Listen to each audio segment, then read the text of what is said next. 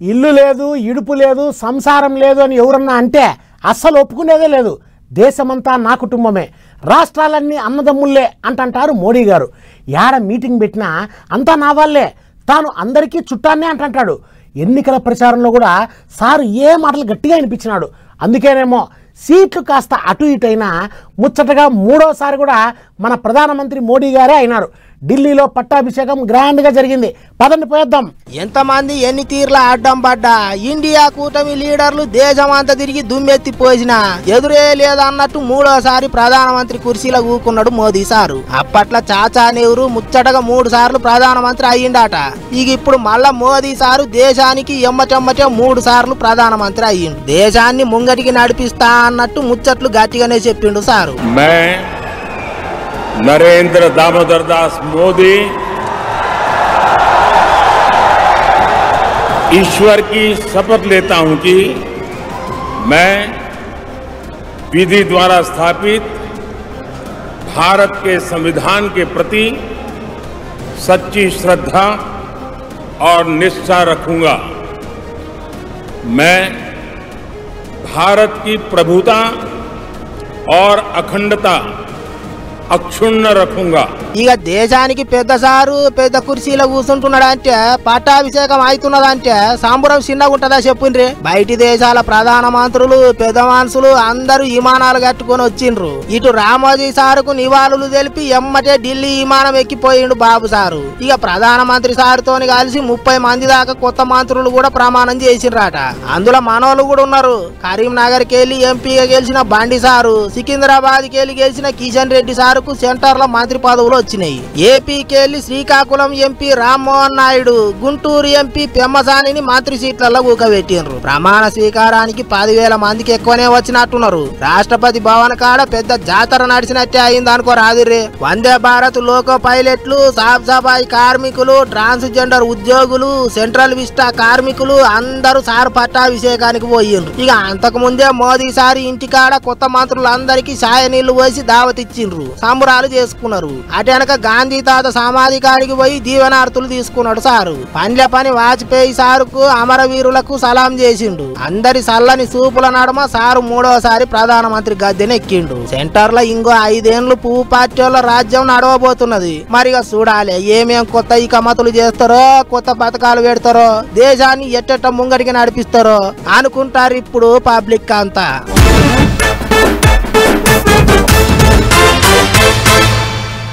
ఓ వెలుగు వెలిగిపోతుంది అనుకుంటే పాత ప్రభుత్వం 3 రాజధానుల నినాదం ఎత్తుకోవడంతో అమరావతి అంతా గబ్బు గబ్బు అయిపోయింది.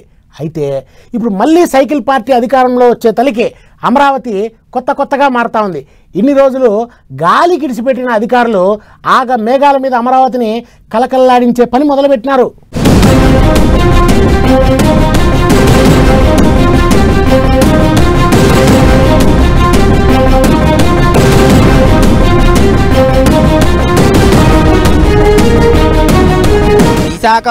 విశాఖపట్నం అన్నారు గాని ప్యాను పార్టీ వాళ్ళు 11 సీట్లే గెలిచేటాలకు అంతా ఉల్టా పుల్టా అయ్యింది. ఏపీకి రాజధాని అమరావతి అని సైకిల్ పార్టీ వాళ్ళు మళ్ళోసారి పనులు సురువు చేసిండ్రు. గెలుసుడుతోనే తొలుత అమరావతి పనులే ముంగటేసుకున్నారు. ఓ దిక్కు బాబు సారు రికాము లేకుండా ఢిల్లీకి అటు ఇటు తిరుగుడే అవుతున్నది. అయినా మాయ ఇంకో దిక్కు ఆఫీసర్లు అమరావతి కాడ పనులు పరుగులు పెట్టిస్తాండ్రు. ఇన్నొద్దులు పాత సర్కారోళ్ళు పట్టించుకోకపోవడంతోని పాడుపడ్డట్టే అయిన అమరావతికి ఇప్పుడు మళ్ళా కొత్త కళ తీసుకొచ్చే ఇగురం చేస్తున్నారు. 70 పొక్లే ఇండ్లు పెట్టి సీదులన్నీ సాఫ్ చేస్తున్నారు. రోడ్లు అన్ని నీటుగా చేస్తున్నారు. 12వ తారీఖు నాడు బాబు సారు ప్రమాణ స్వీకారం చేయంగానే ఇక అమరావతికి రాకపోకలు గట్టిగా నడుస్తాయట. సారు తాపకోసారి అమరావతికి వచ్చిపోవడం అవుతుంటది కాబట్టి ముందుగానే మాట రాకుండా అన్ని నీటుగా చేస్తున్నారట ఆఫీసర్లు. అమరావతి రైతులకు ఇచ్చే ప్లాట్లు, సగం కట్టి ఇడిచిపెట్టిన అపార్ట్మెంట్లు, విల్లాలు, ఆఫీసర్ల బంగ్లాలు ఇక ఇప్పుడు మళ్ళా అన్ని జాగల్లా కట్టుడు పనులు సురువైతాయట. అగ చూడర్రి ఎంత పెద్ద బిల్డింగులు. 2019లో సైకిల్ పార్టీ వాళ్ళు పోయి ఫ్యాన్ పార్టీ వాళ్ళు వచ్చేటాలకు అమరావతి రాజధాని కాదని చెప్పేటాలకు అన్ని సగం కట్టి మధ్యలోనే 7 దాడి ఇడిచిపెట్టి పోయిండ్రు. ఇక అప్పటి సంధి అమరావతినే రాజధాని చెయ్యాలి అని రైతులు సైకిల్ పార్టీ వాళ్ళు 5 ఏళ్లు పొట్టు లొల్లులు చేసిండ్రు. ఎవరెన్ని లొల్లులు చేసినా పాత ముఖ్యమంత్రి అస్సలు పట్టించుకోనే లేదు. ఆ కసి ఈ కసి అన్ని కలిపి ఎలక్షన్లలో చూపించిండ్రు పబ్లిక్. అట్లిట్లా చేసి మళ్ళోసారి సైకిల్ పార్టీ వాళ్ళని గద్దెనెక్కించిండ్రు. అందుకే అమరావతికి పండగ వస్తున్నది అనుకుంటారు ఇప్పుడు అందరు. మరిగా చూడాలి ఈ 5 ఏళ్లలో ఏపీ రాజధాని ఎంత ఎలుగులైతుందో.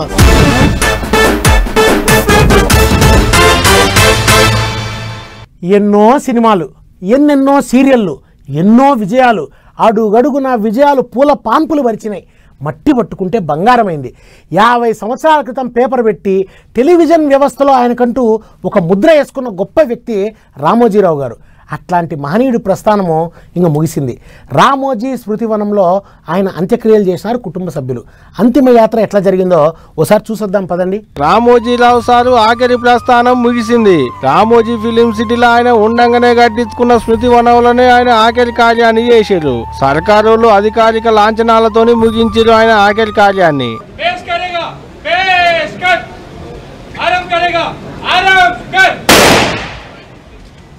पेश करेगा पेश कर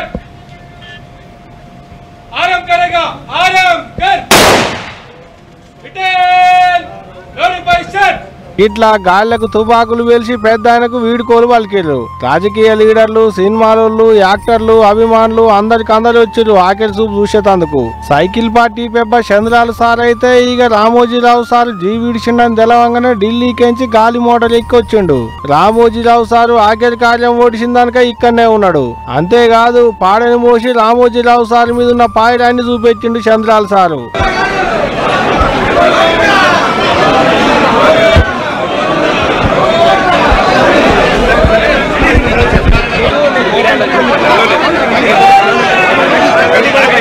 ఇగో ఇట్టా సారిగా గానరాడని కన్నీళ్లు పెట్టుకున్నాడు చంద్రాల సారు. ఎక్కడెక్కడ అయ్యేటి వార్తలన్నీ తెలవాలని ముందుగాల పేపర్ పెట్టి అటంక టీవీ ఛానల్ పట్టుకొచ్చిండు. ఇటు సినిమా రంగంలో అటు వార్తా రంగంలో సార్తోని కలిసి పని చేసిన వాళ్ళు, సార్ తన పని చేసిన వాళ్ళు అందరికందరూ సార్ను తలుచుకొని కన్నీళ్లు పెట్టుకున్నారు. ఇక ఆఖరిసారి ఏదైతే గాని బతికుండంగానే సమాధి కట్టించుకుండంటే చూడు పెద్ద ఆయన ముందు చూపెట్టుందో అనుకుంటున్నారట చాలా మంది అనక.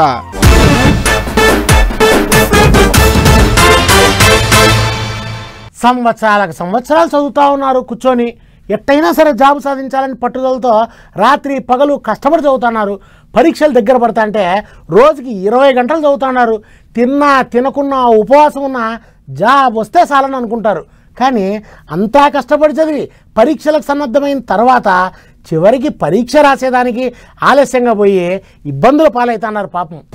మాత్రం ఆగమాగం నిమిషం ఆలస్యమైన లోపలికి రానియమనేటాళ్లకు ఇగో ఇట్ట కాళ్లకు పని చెప్పిళ్ళు. గ్రూప్ 1 పరీక్ష రాద్దానికి వచ్చేటోళ్ళు పరీక్షలు రాసుడేమో గాని పరుగులు పెట్టుడే ఎక్కువైంది పాపం. టైం అంటే టైమే మరి 9 కొట్టంగానే గేట్లు బంద్ పెడుతున్నారు. ఎవరిని లోపలికి రానియకుండా గేట్లకు తాళాలు బిగిస్తున్నారు పోలీసు వాళ్ళు. తెలంగాణలో ఏటి గ్రూప్ 1 పరీక్షకు ఆలస్యంగా వచ్చిల్లని గేటు కానే ఆపేసిలు గీళ్ళని. ఇగో గీడ గేటు ముంగట నిలబడ్డోళ్ళంతా పాపం ఆలస్యంగా వచ్చిన వాళ్ళేనట.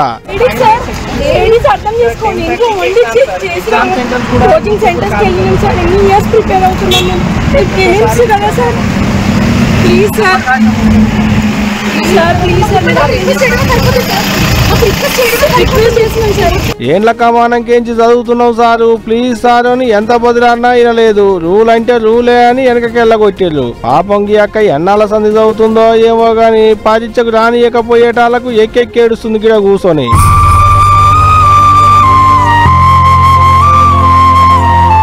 బస్సులు దొరకక కొంతమంది, సెంటర్ల అడ్రస్లు దొరకక ఇంకొంతమంది.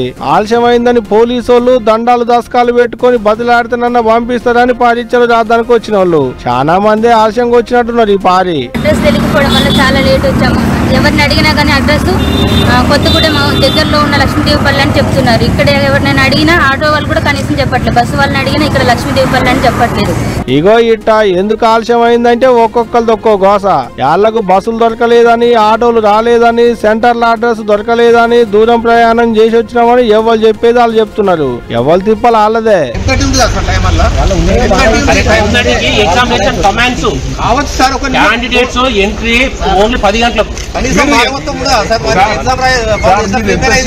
ముందుగా వచ్చిన వాళ్ళు పురుషత్తుగా నెంబర్లు చూసుకున్నారు, లోపలికి పోయారు. కానీ ఇగో ఇట్ట ఆలస్యంగా వచ్చిన వాళ్ళ తిప్పలే చిన్నగా లేదు పాపం. అటు బదిలాడి ఇటు బదిలాడి ససే మీరు అనేటాళ్లకు చేసేదేం లేక వెనకకు మరలి ఇంటి ముఖం పట్టిరిగా. అయినా ఒక్క నిమిషం ఆలస్యమైనా లోపలికి పంపియమని అధికారులు ముందడికేంచే చెప్తూనే ఉండే కదనే అన్న. ఒక్క గంట ముందుగా వెళ్తే కాకపోయిందా అని కొంతమంది అంటుంటే ఒక్క నిమిషంతోనే పోయిందా? ఏండ్ల కమానంకెంచి చదువుకున్నోళ్ళు నౌకర్లు చేయాలని వాళ్ళకు కూడా ఉంటది. లోపలికి వదిలితే ఏం బాయే అని ఇంకొంతమంది అంటున్నారు. మరి చూడాలి ఏమైతుందో ఆ టెంకిగా.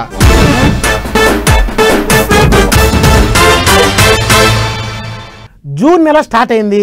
ఇంకా వానదేవుడు కమ్ముకొస్తానాడు. ఆకాశమంతా నల్ల మబ్బులు పట్టినాయి. వానదేవుడు డ్యూటీకి ఎక్కేదానికి తయారైతున్నాడు.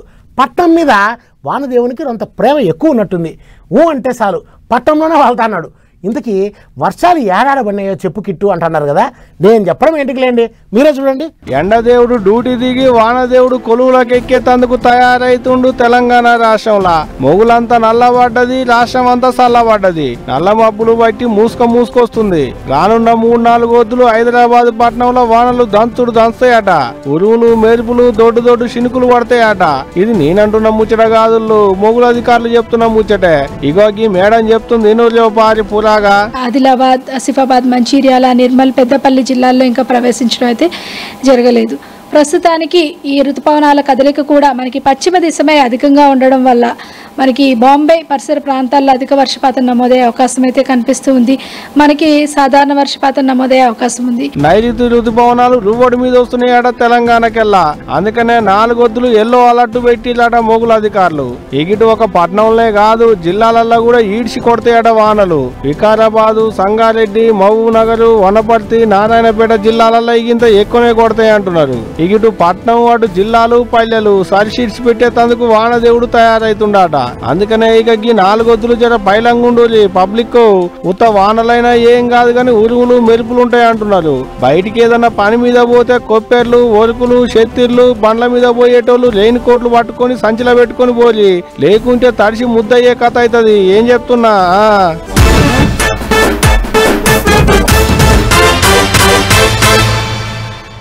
వర్షాకాలంలో ఏమొస్తాయి? వానలు వస్తాయి, వరదలు వస్తాయి. వాటితో ప్రజలకి కష్టాలు వస్తాయి. ట్రాఫిక్ జాములు, జలుబులు, జ్వరాలు ఇవన్నీ కామను. అయితే వానాకాలానికి ఇంకో స్పెషల్ కూడా ఉందండి. అదేంటంటే జాతరలు. హైదరాబాద్లో ఆషాఢమాసం బోనాలు అంగరంగ వైభవంగా జరుగుతాయి. పల్లెల్లో గ్రామ దేవతల జాతరలు దుమ్ములు లేపుతాయి. మా ఊళ్ళో కూడా చౌడేశ్వరి తల్లి జాతర చాలా ఘనంగా జరుగుతుంది. అన్నట్టు జాతర అంటే గుర్తొచ్చింది, మోదకొండమ్మ జాతర జరుగుతోందంట. అట్ట పోయేద్దాం పదండి జాతరకి. నాగబడిగేలు నెత్తిన పెట్టుకొని పసుపు బట్టలు కట్టుకొని ఊరు అక్క చెల్లెళ్ళు అందరూ మోదకొండమ్మ సన్నిధికి బయలుదేరిండ్రు. విశాఖపట్నానికి 120 కిలోమీటర్ల దూరంలో ఉన్న పాడేరులో వెలిసింది మోదకొండమ్మ. గిరిజనులను, ఆదివాసులను చల్లగా చూసే మోదమాంబ అంటే పబ్లిక్ భక్తితోని ఊగిపోతారు. ఏట మే నెలలనే అయ్యేది గాని ఈసారి జర్ర ఆలస్యమైంది జాతర. ఏంటికంటే ఎలక్షన్ల రూల్స్, లీడర్ల అడావిడి, బందోబస్తు తిప్పలైతుంది అన్నట్టు ఆఫీసర్లు ఊరోళ్ళంతా కలిసి కూకొని మాట ముచ్చట చేసి గిట్ల వానకాలంలో ముహూర్తం పెట్టుకున్నారట.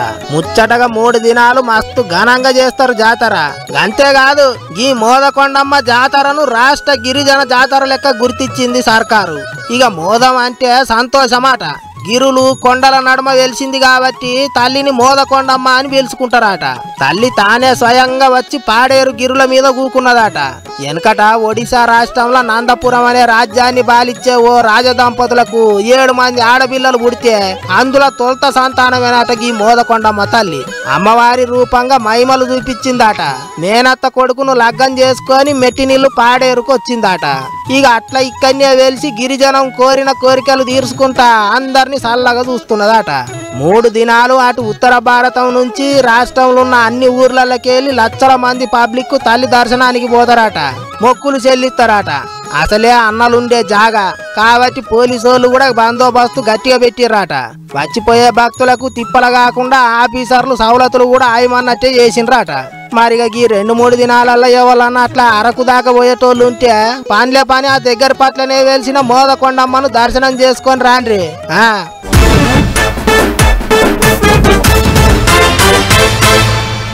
సముద్రంలో నీళ్లు అంటానే అందరికీ గుర్తొచ్చేది చెత్త చెదారము, ప్లాస్టిక్లు, వ్యర్థాలు. ఇంకొంతమందిని అడిగితే సముద్రంలోని నీళ్లతో ఉప్పును తయారు చేస్తారు అని అంటారు. కానీ ఎప్పుడైనా సముద్రంలోని నీళ్లతో తాగునీరు తయారు చేయడం చూసినారా? సముద్రంలోని నీళ్లతో తాగునీరు తయారు చేయడం ఏంది అని ఆశ్చర్యంగా చూడకండి, నిజంగానే తయారు చేస్తున్నారు. కావాలంటే ఈ వార్త చూడండి, మీకే తెలుస్తుంది. ఉల్కులు పెడుతున్న సముద్రం, ఎగిసి పడుతున్న అలలు, సముద్రంలంగా నీళ్లను తోడేతందుకు పెద్ద పెద్ద గూన పైపులు. తమిళనాడు రాష్ట్రం తూతుక్కుడిలో ఉన్న సముద్రంలంగా నీళ్లను తోడి తాగేతందుకు తయారు చేస్తారట అక్కడి సర్కారోళ్ళు.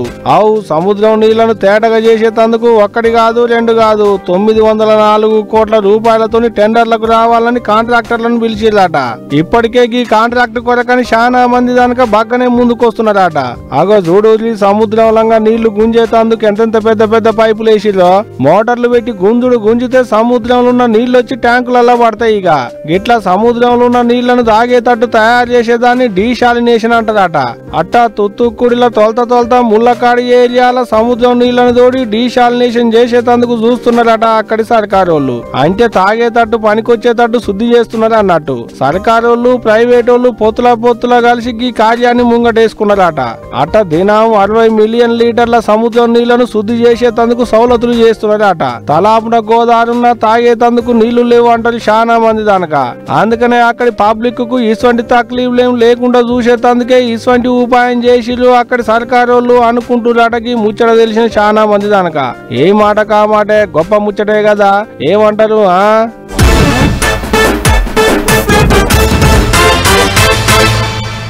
ఈ ఎండి ఇవాళ పటాస్ వార్తలు పట్టాసుల మాదిరి పేలిపోయినాయి కదా.